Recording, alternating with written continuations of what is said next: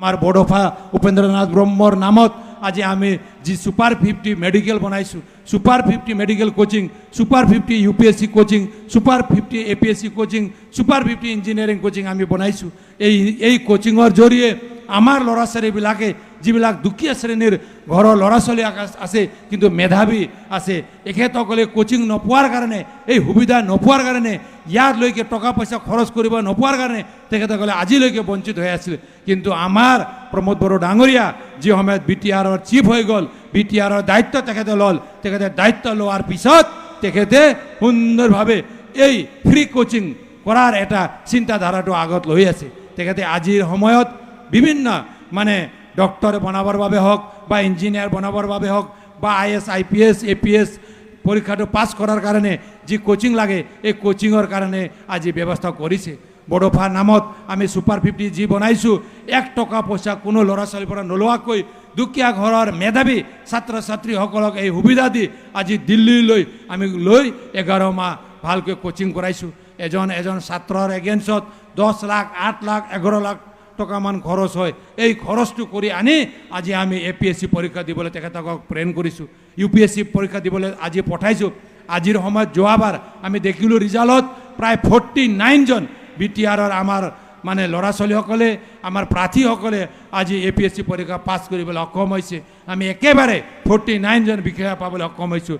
এনেকৈ আমি বহুত চেষ্টা কৰি আছোঁ আৰু অহা দিনত আমাৰ চৰকাৰৰ ফালৰ পৰা যিসকল মানে এজেণ্ডাবিলাক আমি হাতত লৈছোঁ বা গ্ৰহণ কৰিছোঁ, এই এজেণ্ডাবিলাক একদম সুন্দৰভাৱে ইমপ্লিমেণ্ট কৰাৰ ক্ষেত্ৰত এই এজেণ্ডাবিলাক ৰাইজৰ মানে মুখী বা ৰাইজৰ জনমুখী কৰি কেনেকৈ আমি ৰাইজক অৱগত কৰাই কাম কৰিম আৰু ৰাইজক সজাগ কৰিম, ইয়াৰ কাৰণে আমাৰ এই মিটিংবিলাকৰ মানে ৰাইজক লৈ এই মিটিংটো আমি আয়োজন কৰিছোঁ।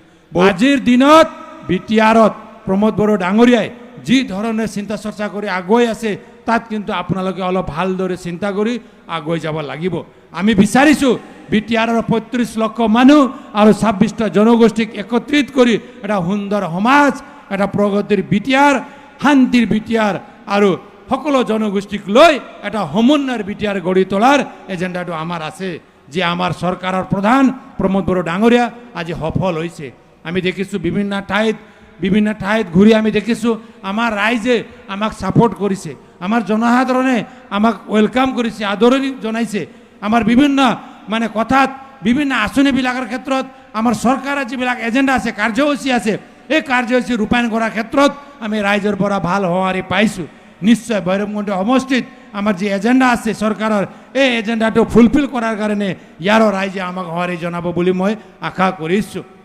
আজি আপোনালোকে চাওক, আমাৰ চৰকাৰৰ ফালৰ পৰা টকা পইচা যিবিলাক চৰকাৰৰ অলপ ধন যি আছে, অলপ ফাণ্ড যি আছে, এই ফাণ্ডটো সুন্দৰভাৱে ইউটিলাইজ কৰাৰ কাৰণে আমি কাম কৰিছোঁ।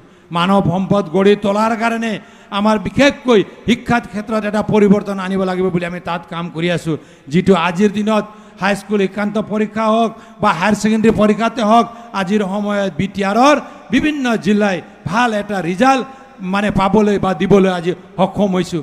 অসমৰ ভিতৰত প্ৰথম পোৱা জিলা হৈ গ'ল BTRৰ ভিতৰতে চিৰাং জিলা, অসমৰ ভিতৰত প্ৰথম পোৱা জিলা হৈ গ'ল আমাৰ BTRৰে বাক্সা জিলা, হায়াৰ ছেকেণ্ডেৰীত বাক্সা জিলাই ছায়েন্সত, কমাৰ্চত, আৰ্টছত এইবেলি বিৰাট ভাল ৰিজাল্ট কৰিছে। যোৱাবাৰ দুবাৰ হাইস্কুল শিক্ষান্তত চিৰাং জিলাই প্ৰথম পাবলৈ সক্ষম হৈছে। এনেকৈ বিভিন্ন ক্ষেত্ৰত বিভিন্ন সময়ত শিক্ষাৰ ক্ষেত্ৰত ভাল এটা ৰিজাল্ট এই 4 বছৰত আমি দেখিবলৈ পাইছোঁ। এটা VCDCত 700 PMOয়ে ঘৰাইছে। আজি 17 বছৰত এটা VCDCত কিমান ঘৰাইছে সেই আমাৰ ৰেকৰ্ডটো যদি আপোনালোকে চায়, আৰু আমাৰ চৰকাৰে এইটো 1 বছৰৰ ডিজাইন, ইয়াত 4.5 বছৰৰ এইটো ৰেকৰ্ড নহয়, যোৱা বছৰৰ ৰেকৰ্ড, যোৱা বছৰৰ পৰা আৰম্ভ হোৱা এতিয়ালৈকে এইটো ৰেকৰ্ড, কিন্তু তাৰ আগৰ ৰেকৰ্ড আছে। এই 1 বছৰত প্ৰত্যেক VCDCত 700 কৰি ঘৰ গৈছে। এইটো বহুত ডাঙৰ এটা এচিভমেণ্ট। আমাৰ 700 বেনিফিচিয়াৰী ইয়াত আহিছে, কিন্তু বহুতে ভাবিব পাৰে আমি ঘৰ পোৱা নাই। এটা গাঁৱত কিমান ঘৰ থাকে, সকলোকে ঘৰ দিবলৈ সক্ষম নহয়, কিন্তু আমাৰ চৰকাৰে প্ৰচেষ্টা কৰিছে, আমাৰ চৰকাৰে চেষ্টা কৰি আছে। যিমান আমাৰ দুখীয়া শ্ৰেণীৰ মানুহ আছে আৰু যিসকলে PMOয়ে ঘৰ পাবলৈ সক্ষম হোৱা নাই, এই সকলো মানে আমাৰ নাগৰিকসকলক, আমাৰ ভোটাৰসকলক এই ঘৰটো দিবলৈ আমি চেষ্টা কৰিম বুলি আমি সিদ্ধান্ত লৈছোঁ। অহা দিনত প্ৰত্যেক যিসকলে পিএমএ ঘৰ পোৱা নাই তেখেতসকলক প্ৰত্যেকে যাতে পিএমএ ঘৰ পায় তাৰ কাৰণে কাম কৰাৰ কাৰণে আমি চেষ্টা কৰি আছোঁ। ইয়াৰ বাহিৰেও বহুত স্কিম আছে, এই স্কিমবিলাকৰ ক্ষেত্ৰতো ইয়াত লিখা আছে। নিশ্চয় তেখেতসকলে বিডিঅ'সকল বা পিডিসকলে এই কথাটো ভালকৈ জানে আৰু তেখেতসকলে আপোনালোকক পিছত যদি আপোনালোকে ৰেকৰ্ড জানিব বিচাৰে তেনেহ'লে আপোনালোকে গৈ নিজেও চাব পাৰে। মই আপোনালোকক আহ্বান জনাইছোঁ। এতিয়া হিতাধিকাৰী বুলি কোৱাৰ লগে লগে বেনিফিচাৰী বুলি কোৱাৰ লগে লগে কোন বেনিফিচাৰী? এতিয়া আপোনালোকে কিমান বেনিফিচাৰী কি বেনিফিচাৰী পাইছে? চৰকাৰৰ যিবিলাক আঁচনিবিলাক আছে এই আঁচনিবিলাকৰ ভিতৰত আপোনালোকে কিমান আঁচনি জানে? আজি ইয়াত পিডি মহোদয় আছে, বিডিঅ'সকল আছে, তেখেতসকলে গম পায় চৰকাৰৰ আঁচনিবিলাকৰ ক্ষেত্ৰত।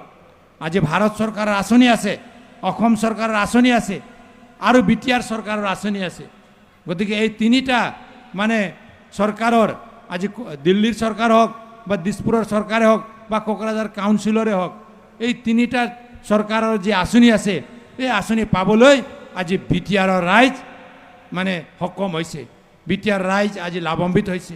আজি আমি বিটিআৰৰ বাহিৰত অসম চৰকাৰ আৰু ভাৰত চৰকাৰ মাত্ৰ আঁচনি পাওঁ, কিন্তু আজি বিটিআৰৰ মানে নাগৰিকে বিটিআৰৰ দুখীয়া শ্ৰেণীৰ আমাৰ বাসিন্দাসকলে আজি দুটা অসম চৰকাৰ আৰু ভাৰত চৰকাৰৰ আঁচনি পোৱাৰ বাহিৰেও আজি বিটিআৰ চৰকাৰৰ আঁচনিও আপোনালোকে পাবলৈ সক্ষম হৈছে।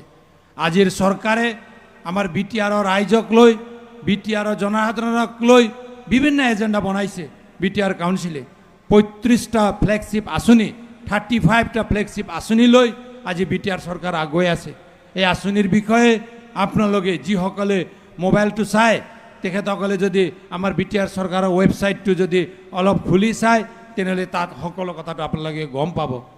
আমি অনচাই বিথাংগী দিছোঁ, আমি জ্ঞান চাৰাং দিছোঁ, ৰোগ নৰ্মল দিছোঁ, এগ্ৰিকালচাৰৰ কৃষকসকলৰ কাৰণে বিভিন্ন বীজৰ পৰা আৰম্ভ কৰি বিভিন্ন মানে আঁচনিবিলাক আমাৰ আছে। সেল্ফ হেল্প গ্ৰুপৰ মাইনৰ চৰাং আছে, তাৰ বাহিৰেও আন সেল্ফ হেল্প গ্ৰুপৰ আঁচনিবিলাক আছে। আমি যোৱা মানে দিনত আমি বহুত সেল্ফ হেল্প গ্ৰুপক টকা পইচা দিলোঁ, 25,000 কৰি টকা দিলোঁ। এইবাৰ অহা এসপ্তাহ ভিতৰত বিটিআৰৰ 10,000 সেল্ফ হেল্প গ্ৰুপে আমাৰ টেণ্ট হাউচ পাবলৈ সক্ষম হ'ব। 10,000 সেল্ফ হেল্প গ্ৰুপক টেণ্ট হাউচ দিয়া হ'ব।